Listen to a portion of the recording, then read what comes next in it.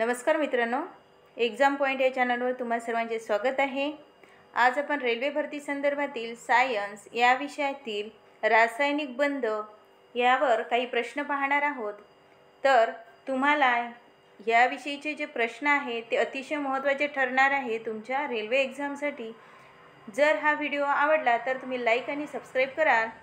चला तर मग बघूया आजच्या आपले रासायनिक बंध म्हणजे काय। तर रासायनिक बंध हे मूलद्रव्यांच्या रेणूंमधील रासायनिक रचनेतून आकर्षण निर्माण होते। याच आकर्षणातून एक अणू एकत्र येऊन विविध संयुगे निर्माण करतात आणि या रासायनिक आकर्षणालाच रासायनिक बंध असे म्हणत असतात। तर आपल्या पृथ्वीवर जी काही सर्व मूलद्रव्ये आहेत, खूप सारे घटक असे आहेत की त्यांचा बॉन्ड बनत असतो। बॉन्ड म्हणजे काय, तर एकमेकांमध्ये जे काही अट्रॅक्शन असतात अणूंमध्ये, रेणूंमध्ये, यांच्यापासून एक कंपाऊंड किंवा मॉलिक्यूल किंवा एलिमेंट बनत असतात, मूलद्रव्य बनत असतात। तर ते सगळे आपल्या जी काही आपल्या गुरुत्वाकर्षण आहे किंवा आपली अर्थ आहे किंवा आपला युनिवर्स आहे, यांच्यामध्ये खूप सारे अणू असे आहेत की ते फिरत असतात आणि त्यांना ते अतिशय क्रियाशील असतात, क्रियाशील प्रयत्नशील असतात। कशासाठी की त्यांना एक स्टेबल बनायचं असतं आणि स्टेबल म्हणजे काय, निष्क्रिय गॅसेस किंवा निष्क्रिय अणू त्यांना बनायचं असतं। तर त्यासाठी ते कंटिन्यू क्रियाशील असतात। मूलद्रव्यांच्या अणूची रचना ही आपल्याला माहिती आहे। त्यामध्ये एक केंद्रक असतो आणि त्याच्याभोवती काही कक्षा असतात। त्या कक्षांमध्ये इलेक्ट्रॉन्स असतात आणि केंद्रकामध्ये प्रोटॉन आणि न्यूट्रॉन असतो। प्रोटॉनवर पॉझिटिव्ह चार्ज असतो आणि न्यूट्रॉन हा चार्जलेस असतो। तसेच इलेक्ट्रॉनवर निगेटिव्ह चार्ज असतात। आणि ह्या ज्या कक्षा असतात या प्रत्येक कक्षामध्ये एक इलेक्ट्रॉनची संख्या ही नेमलेली असते। जशी की पहिल्या कक्षेमध्ये पहिल्या कक्षेमध्ये 2 इलेक्ट्रॉन असायला पाहिजे, दुसऱ्या कक्षेमध्ये 8 इलेक्ट्रॉन असायला पाहिजे, तिसऱ्या कक्षेमध्ये आपल्याला 18 इलेक्ट्रॉन असायला पाहिजे आणि शेवटच्या कक्षेमध्ये टोटल 32 इलेक्ट्रॉन असायला पाहिजे। त्या कक्षेला नावसुद्धा दिलेले असतात, KLMN असे शेल त्यांना आपण म्हणतो। आणि या प्रत्येक कक्षाचा एक इलेक्ट्रॉनची संख्या, त्यांच्यामध्ये इलेक्ट्रॉनचा भार जो म्हणू आपण तो एक डिवायडेड केलेला असतो। तर यामध्ये अणूच्या कक्षांमध्ये ज्या काही कक्षा असतात त्या जर अपूर्ण असतील तर त्यामध्ये जे इलेक्ट्रॉन्स आहेत ते एक रासायनिक बंध स्थापन करत असतात। जर 18 इलेक्ट्रॉन्स जर नसतील तर 18 इलेक्ट्रॉन्स मिळवण्यासाठी ते त्यांची क्रियाशील असतात। तर इलेक्ट्रॉन्स पूर्ण कंप्लीट होण्यासाठी जे काही एलिमेंट्स आहे किंवा मूलद्रव्य आहे ते कंटिन्यू रिॲक्शन करत राहतात। म्हणजेच आपल्याला कुठल्याही एलिमेंटचा पहिल्या कक्षेमध्ये जर 2 इलेक्ट्रॉन असेल तर त्याला ड्युप्लेट म्हणतात, दुसऱ्या कक्षेमध्ये 8 इलेक्ट्रॉन असतात त्याला ऑक्टेट म्हणतात। तर कोणत्याही कक्षेमध्ये 8 इलेक्ट्रॉन कंप्लीट असणे हे अतिशय महत्त्वाचे आहे, म्हणजेच ऑक्टेट असणे हे अतिशय महत्त्वाचे आहे। जर 8 इलेक्ट्रॉन असतील तर तो जो अणू आहे किंवा तो जो मूलद्रव्य आहे त्याला स्टेबल म्हटले जाते, म्हणजे तो रासायनिक क्रियेमध्ये भाग घेणार नाही। तर अशा प्रकारे वेगवेगळे मूलद्रव्ये जे असतात ते आपल्या आपल्या कक्षेनुसार प्रत्येक इलेक्ट्रॉनची देवाणघेवाण करू शकतात। तर जे अणू असतात ते अष्टक प्राप्तीसाठी, आता अष्टक म्हणजेच काय तर ऑक्टेट, अष्टक प्राप्तीसाठी सहयोगी अणूला इलेक्ट्रॉन देऊ शकतो किंवा त्यापासून इलेक्ट्रॉन घेऊही शकतो। आणि ही जी भागीदारी असते या भागीदारीलाच, ही जी भागीदारी आहे यालाच रासायनिक बंधाचे प्रकार असे म्हणतात। तर यामध्ये महत्त्वाचे प्रकार आयनिक बंध आणि त्यानंतर आहे सहसंयोजी बंध म्हणजे कोव्हॅलंट बॉन्ड आणि आयोनिक बॉन्ड, अशा प्रकारचे काही बॉन्ड्स असतात। त्यानंतर मेटॅलिक बॉन्ड्स असतात, मॅग्नेटिक असतात, खूप सारे असे प्रकार आहेत ते आपण आता या प्रश्नांमध्ये पाहणार आहोत। चला तर मग बघूया आजचा आपला पहिला प्रश्न, रासायनिक बंध म्हणजे काय। तर याविषयीची माहिती मी तुम्हाला आतापर्यंत सांगितली। रासायनिक बंध म्हणजे काय, तर जे काही रेणू आहे, रेणूंच्या रासायनिक रचनेतून जे काही आकर्षण निर्माण होते इलेक्ट्रॉनची देवाणघेवाण करण्यासाठी, त्यालाच आपण रासायनिक बंध असे म्हणतो। तर बघा यामध्ये पर्याय दिलेले 2 किंवा अधिक अणूंमध्ये आकर्षण बल जे त्यांना एकत्र ठेवतो किंवा एका अणूपासून दुसऱ्या अणूमध्ये इलेक्ट्रॉनचे हस्तांतरण इलेक्ट्रॉनचे सामायिकरण किंवा वरील सर्व, तर यामध्ये बरोबर उत्तर येईल 2 किंवा अधिक अणूंमधील आकर्षण बल जे त्यांना एकत्र ठेवतो. रासायनिक बंध म्हणजे काय, तर 2 किंवा अधिक अणूंमध्ये जो आकर्षण बल असतो तो त्यांना एकत्र येण्यासाठी मदत करत असतो. त्यानंतर आहे रासायनिक बंधाचे एकूण किती प्रकार आहेत, तर बघा 2, 3, 4, 5. तर रासायनिक बंधाचे एकूण महत्त्वाचे 3 प्रकार आहेत. तर आणखी काही छोटे मोठे असे काही प्रकार आहेत, पण महत्त्वाचे 3 प्रकार आहेत. त्यानंतर आहे आयनिक बंध तयार होतो का, तर का बरं होतो आयनिक बंध तयार, तर 2 अधातू असल्यामध्ये, एक धातू आणि एक अधातूमध्ये, 2 धातूमध्ये किंवा वरीलपैकी काहीही नाही, तर आयोनिक बॉन्ड हा एक धातू आणि एक अधातू असतो. बघा, एकाकडे इलेक्ट्रॉन पॉझिटिव्ह चार्ज जास्त असतात तर एकाकडे इलेक्ट्रॉन निगेटिव्ह चार्ज जास्त असतात.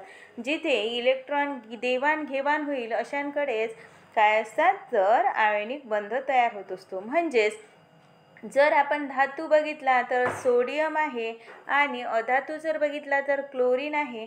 धातू हे नेहमी इलेक्ट्रॉन देण्याची क्रिया करत असतात आणि अधातू हे नेहमी इलेक्ट्रॉन घेण्याची क्रिया करत असतात. मग या दोघांमध्ये म्हणूनच एक पॉझिटिव्ह आणि एक निगेटिव्ह असल्यामुळे यांच्यामध्ये एक बंध तयार होतो आणि त्या बंधाला आपण आयनिक बंध असे म्हणतो. सहसंयोजी बंध म्हणजे काय, यालाच आपण कोव्हॅलंट बॉन्ड असे म्हणत असतो. सहसंयोजी बंध कसा तयार होतो, बघा, 2 अधातूमध्ये, एक धातू आणि एक अधातूमध्ये, 2 धातूमध्ये किंवा वरीलपैकी काहीही नाही, तर सहसंयोजी बंध हा 2 अधातूमध्ये तयार होत असतो. दोन्हीही अधातू म्हणजे जे काही मेटल नाही आहेत, नॉन मेटल्समध्ये हा बंध तयार होतो. नॉन मेटल्समध्ये सहसंयोजी बंध म्हणजे काय, तर पहिली गोष्ट 2 अणूंमध्ये जे काही इलेक्ट्रॉन्स असतात ते इलेक्ट्रॉनची भागीदारी घेतली जाते. म्हणजे इलेक्ट्रॉन देणारही नाही किंवा घेणारही नाही, तर त्यामध्ये भागीदारी, शेअरिंग ऑफ इलेक्ट्रॉन आपण त्याला म्हणू शकतो. शेअरिंग ऑफ इलेक्ट्रॉन म्हणजे भागीदारी घेऊन जो बंध निर्माण होतो ना, त्याला सहसंयोजी बंध असे म्हणतात. जो रासायनिक बंध इलेक्ट्रॉनच्या भागीदारीमुळे निर्माण होतो अशा बंधाला सहसंयोजी बंध असे म्हणतात. तर हा 2 अधातूंमध्ये होत असतो, जे एकमेकांना इलेक्ट्रॉन देत सुद्धा नाही, घेत सुद्धा नाही, पण ते काय करत असतात, शेअर करत असतात इलेक्ट्रॉन. त्यानंतर आहे धातूचा बंध कोणत्या घटकांमध्ये तयार होतो, बघा, धातू 2 अधातूमध्ये किंवा एक धातू आणि एक अधातू, 2 धातूमध्ये, वरीलपैकी काहीही नाही. मेटॅलिक बॉन्ड आहे, तर बघा, मेटल्स म्हटले तर धातू, ओन्ली धातू आणि धातूच म्हटले तर त्यामध्ये दोन्हीही धातूच असतील.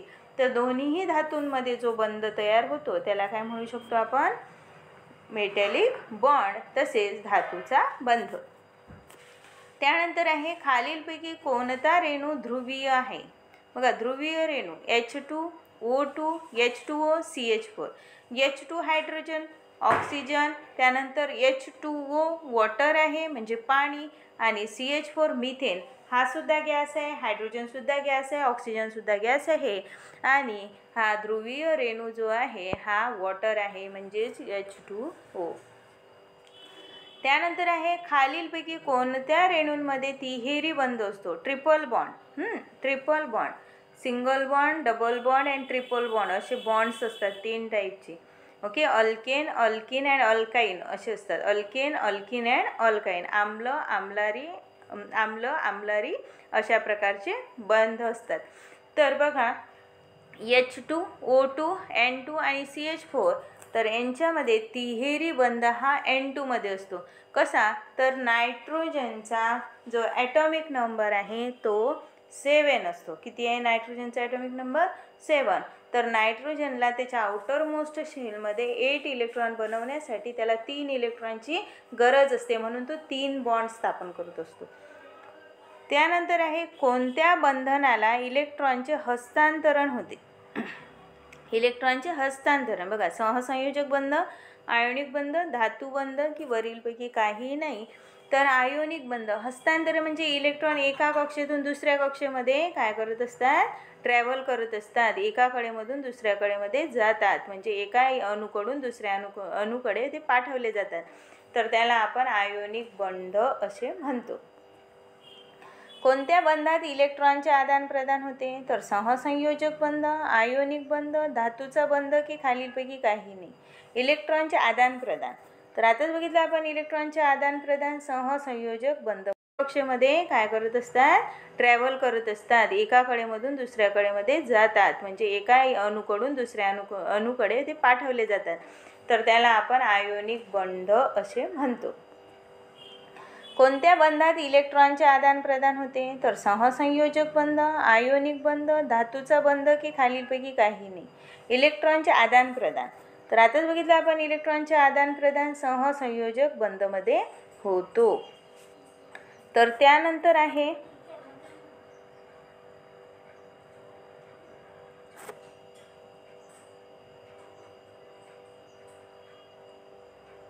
बघा, यामध्ये कोणत्या बंधात इलेक्ट्रॉनचे आदान प्रदान होते, तर यामध्ये बरोबर उत्तर यायला पाहिजे आयोनिक बंध. सहसंयोजक बंधमध्ये इलेक्ट्रॉनचे आदान प्रदान नाही होत, तर भागीदारी होत असते इलेक्ट्रॉनची, म्हणून यामध्ये ब उत्तर बरोबर आहे, आयोनिक बंध. त्यानंतर आहे रासायनिक बंधनाचा मुख्य उद्देश काय आहे. तर रासायनिक बंधनाचा मुख्य उद्देश काय आहे, रेणू एकत्र ठेवणे, अणू वेगळे करणे, इलेक्ट्रॉन हस्तांतरित करणे की वरील सर्व. तर यामध्ये बरोबर उत्तर आहे रेणूंना एकत्र ठेवण्याचे काम हे रासायनिक बंधनाचा एक महत्त्वाचा उद्देश आहे. त्यानंतर आहे इतर अणूंशी जोडल्यावर अणूंना ऑक्टेट कॉन्फिगरेशन मिळते, हे यांनी म्हटले आहे. बघा, ऑक्टेटचा सिद्धांत हा कोणी मांडला, तर त्यांचे सायंटिस्ट कोण, लुईस आहे, कोसेल आहे, लॅगमुयर आहे की सिडकबीस आहे.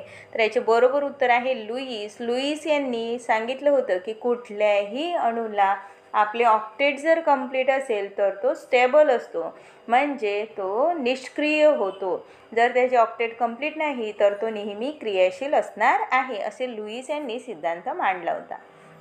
याला लुईसचा ऑक्टेट सिद्धांत असे सुद्धा म्हटले जाते. हॅलोजन कुटुंबातील अणूंचा समूह संयुजा किती आहे. हॅलोजन, बघा हॅलोजन फॅमिली, त्यामध्ये आपल्याला क्लोरीन, ब्रोमीन, आयोडीन, त्यानंतर अशा प्रकारचे आपल्याला एलिमेंट दिसतात, फ्लोरीन, क्लोरीन, ब्रोमीन, आयोडीन. आणि त्यांचा अणूंचा समूह किती आहे, तर त्यामध्ये बरोबर उत्तर आहे 1. त्यांच्या आउटरमोस्ट शेलमध्ये 7 इलेक्ट्रॉन्स असतात, 7, आणि त्यांना एका इलेक्ट्रॉनची गरज असते, म्हणून त्यांचा अणूंचा संयुजा समूह हा 1चा असतो, एकच इलेक्ट्रॉन घेतात ते. त्यानंतर आहे स्थिर ऑक्टेट कॉन्फिगरेशन प्राप्त करण्यासाठी एका अणूपासून दुसऱ्या अणूमध्ये इलेक्ट्रॉनचे वाटप किंवा हस्तांतरण नुसार केले जाते. स्थिर ऑक्टेट कॉन्फिगरेशन गेन करण्यासाठी युगल नियम, त्रिकोण नियम, ऑक्टेट नियम की सेप्टेट नियम. तर ऑक्टेट कंप्लीट करण्यासाठी हा ऑक्टेट नियम कोणी लिहिला होता, लुईस यांनी. त्यानंतरचा प्रश्न आहे खालीलपैकी कोणत्या रेणूमध्ये सहसंयोजक बंध नसतो. सहसंयोजक बंध म्हणजे कुठला बंध, कोव्हॅलंट बॉन्ड, जे की शेअर ऑफ इलेक्ट्रॉन करत नाही. H2O, CCl4, NaCl आणि O2 हे नॉन मेटल आहे, सहसंयोजक बॉन्ड हे नॉन मेटलमध्ये होतात. त्यानंतर आहे H2O, त्यानंतर आहे CCl4, NaCl, Na मेटल आहे, मेटल आणि नॉन मेटलमध्ये जो बॉन्ड बनतो त्याला आपण आयोनिक बॉन्ड असे म्हणत असतो, म्हणून याचे बरोबर उत्तर येणार आहे NaCl. अणूंमध्ये इलेक्ट्रॉनचे संपूर्ण हस्तांतरण होणारे रासायनिक बंध म्हणजे, अणूंमध्ये इलेक्ट्रॉनचे संपूर्ण पूर्ण हस्तांतरण होणार आहे असे रासायनिक बंध म्हणजे आयनिक बंध, सहसंयोजक बंध, धातूचा बंध की आंशिक सहसंयोजक बंध. तर आयोनिक बंध यामध्ये इलेक्ट्रॉनचे हस्तांतरण होत असतात. नंतर आहे आयनिक बंधाद्वारे संयुगाची निर्मिती धातूच्या आयनीकरण ऊर्जेवर अवलंबून असते. अवलंबून नाही, अवलंबून आहे, स्वतंत्र आहे की अवलंबून असू शकते किंवा नसू शकते. तर आयनिक बंधाद्वारे संयुगाची निर्मिती ही अवलंबून आहे कशावर, धातूच्या आयनीकरण ऊर्जेवर. त्यानंतर आहे इलेक्ट्रॉन गेन एन्थाल्पी असू शकते. Electron gain enthalpy, electron gain म्हणजे इलेक्ट्रॉन घेण्याची एन्थाल्पी. एक्झोथर्मिक, एंडोथर्मिक एक्झोथर्मिक आणि एंडोथर्मिक दोन्हीही नेहमी 0. बघा, एन्थाल्पी मीन्स काय, तर heat. Electron gain enthalpy, electron घेण्याला हीट जेव्हा द्यावी लागते, हीट घेतल्या जाते, त्या एन्थाल्पीला काय म्हणतात, तर एक्झोथर्मिक म्हणतात की एंडोथर्मिक. घेणे म्हणजे काय, तर एक्झोथर्मिक आणि एंडोथर्मिक दोन्ही रिॲक्शन इथे होणार आहे. इलेक्ट्रॉन गेन एन्थाल्पीमध्ये एंडोथर्मिक आणि एक्झोथर्मिक दोन्हीही रिॲक्शन होणार आहे. एंडोथर्मिक म्हणजे हीट गेन करणे आणि एक्झोथर्मिक म्हणजे हीट लॉस करणे. जेव्हा धातूच्या अणूची आयनीकरण ऊर्जा तुलनेने असते तेव्हा इलेक्ट्रॉन सहजपणे आयनिक बंध तयार होतो.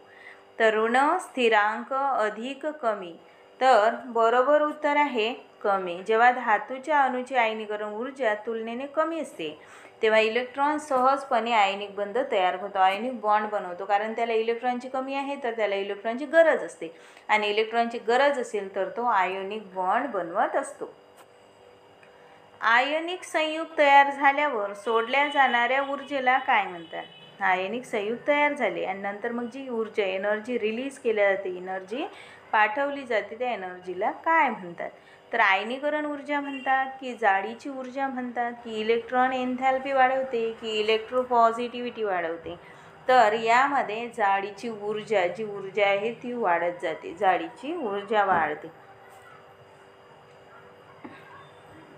खालीलपैकी कोणत्या रेणूच्या निर्मितीमध्ये आयनिक बंध समाविष्ट नाही. आयनिक बंध नाही आहे. बघा, LiCl लिथियम हा मेटल आहे, MgO मॅग्नेशियम हा मेटल आहे, SnCl4 स्कँडियम हा मेटल आहे, H2O hydrogen gas, oxygen gas and water molecule यांच्यामध्ये आयन एक्सचेंज नाही होत, तर यांच्यामध्ये कोव्हॅलंट बॉन्ड होतो.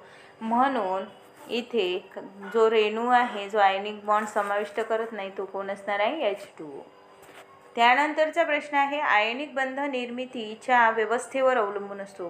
कशाच्या निर्मितीवर अवलंबून असतो, रेणू, अणू, जाडी की केर्नल, तर ती जाडीवर अवलंबून असते. आयनिक बंध निर्मिती ही त्यांच्या जाडीवर अवलंबून असते. खालीलपैकी कोणता वापरून बंधाची लांबी मोजता येत नाही. स्पेक्ट्रोस्कोपी, एक्स-रे विवर्तन, इलेक्ट्रॉन विवर्तन, यंगची डबल स्लिट पद्धत.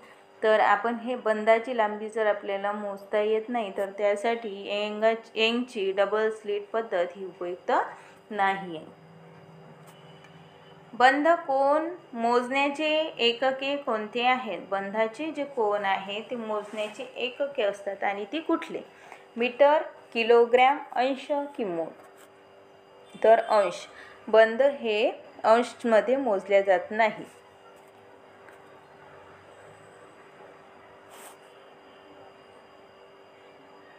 बंध कोन हे अंशमध्ये मोजल्या जातात, मीटरमध्ये, किलोग्रॅममध्ये मोजल्या जात नाही. त्यानंतर आहे, हायड्रोजन अणूंमधील बंध कोन आहे. हायड्रोजन अणू जो आहे यांच्यामधला बंध कोन आहे. तर 104.5 डिग्री, 104 डिग्री, 105.4 डिग्री की 105 डिग्री. तर बरोबर उत्तर आहे 104.5 डिग्री हा हायड्रोजन अणूमधील बंध कोन आहे. बॉन्डचा अँगल जो आहे तो 104.5 डिग्री असा